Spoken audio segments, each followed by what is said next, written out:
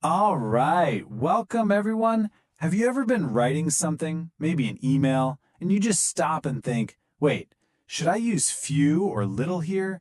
Or you're talking to someone and you're not quite sure if it's some or any? Well, you're not alone.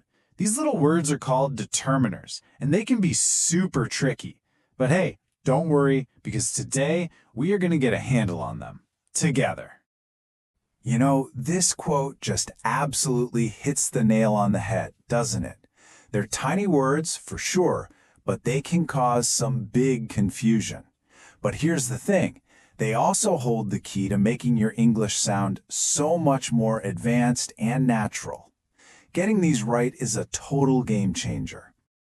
So, here's our game plan for this explainer. We're going to start with the basics. What are these things anyway? Then we'll look at the four main types. From there, we'll zoom in on the trickiest bunch, the quantifiers. And finally, we'll talk about why getting this stuff right is so important for your fluency. Sound good? Let's dive in. Okay, first things first, what is a determiner? The best way to think about them is like signposts. Imagine you're driving down a road, and the road is your sentence. A determiner is that sign that tells you a noun is coming up right around the bend. It gives you a little heads up. So what kind of information are these little signposts giving us? Well, their main job is to introduce a noun. They might point to a very specific one, like in the book, or they could tell us how many, like in some books. They basically set the stage for the noun that's about to appear. Now, here's where people can get a little tripped up. The difference between determiners and adjectives. It's subtle, but it's really important. Think of it this way. A determiner is like a pointing finger. It just points and says which one or how many. Adjectives, on the other hand, they paint a picture. They describe what that noun is like. Okay. So now that we know what determiners do, let's get a map of the territory.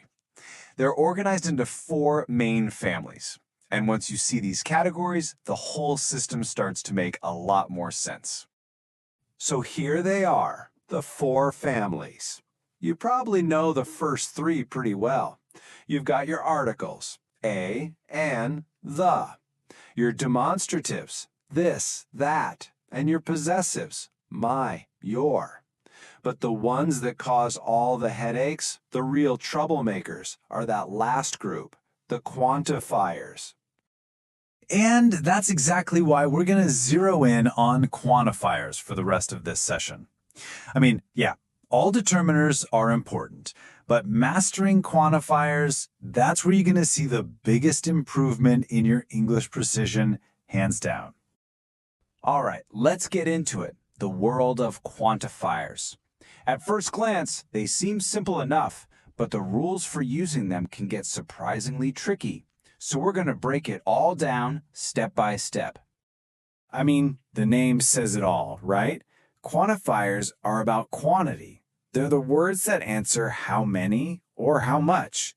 But have you ever stopped to wonder why we say how many apples, but how much water? That question, that's where all the confusion starts. To really master quantifiers, you just need these three keys. Every single time you go to use one, just ask yourself these three simple questions. 1. What's the quantity we're talking about? A lot or a little? 2. What kind of sentence is it? Positive, negative, or a question? And 3. Is the noun countable or uncountable? Let's see how this works. Okay, here comes the really fun part. We're going to use our three keys to unlock the trickiest pairs of quantifiers. We'll go through them one by one, and by the end, you'll know exactly which one to grab and when. Let's kick things off with a classic, few versus little. The rule here is all about that countable/uncountable thing. You use few for things you can count, like eggs. 1 egg, 2 eggs. And you use little for things you can't, like time or sugar. You can't have 2 times or 3 sugars, right? Simple as that. And check this out. It shows you the incredible power of one tiny letter. When you add a in front of few or little, it completely flips the meaning. Without the a, it sounds negative, like there's a problem. I have few eggs means not enough. But add the a, I have a few eggs, and suddenly it's positive. We have some. It's a perfect example of how subtle English can be. Now, what about some versus any? The key here is the type of sentence. The general rule of thumb is this: use some for positive sentences. Use any for negative sentences and for questions.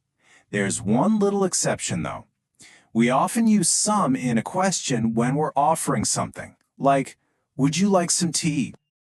Okay, so many and much. You can think of these as the big brothers of few and little. They're for large quantities, but the rule is exactly the same.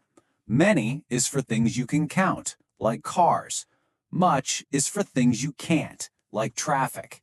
And here's a pro tip. In positive sentences, we usually say a lot of instead of much. It just sounds more natural to say, there's a lot of traffic. Let's just pause here for a second and let all that sink in. This little cheat sheet brings together all the rules we've just talked about. Seriously, you might want to pause and grab a quick screenshot of this. It's a super handy guide to have next time you're writing. And if you're ever in doubt, here is a fantastic little hack for you. I call it the S test. Just look at the noun and ask yourself, can I add an S to make it plural? If the answer is yes, like friend becomes friends, then you know it's countable, so you use few or many. If the answer is no, like water, you can't say waters, then it's uncountable. You'll need little or much. Easy, right? So after all that, you might be thinking, okay, but why is this so important? It's a fair question. The answer is pretty simple. These tiny little words have a massive impact on how clear and natural your English sounds. Look, whether your goal is to get a great score on an exam like IELTS, or write professional emails that sound just right, or just have a conversation and feel confident, mastering determiners is absolutely crucial.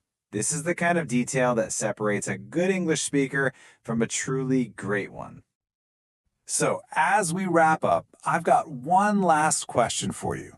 Think about it for a second. Which of these tiny words still feels like the trickiest one for you?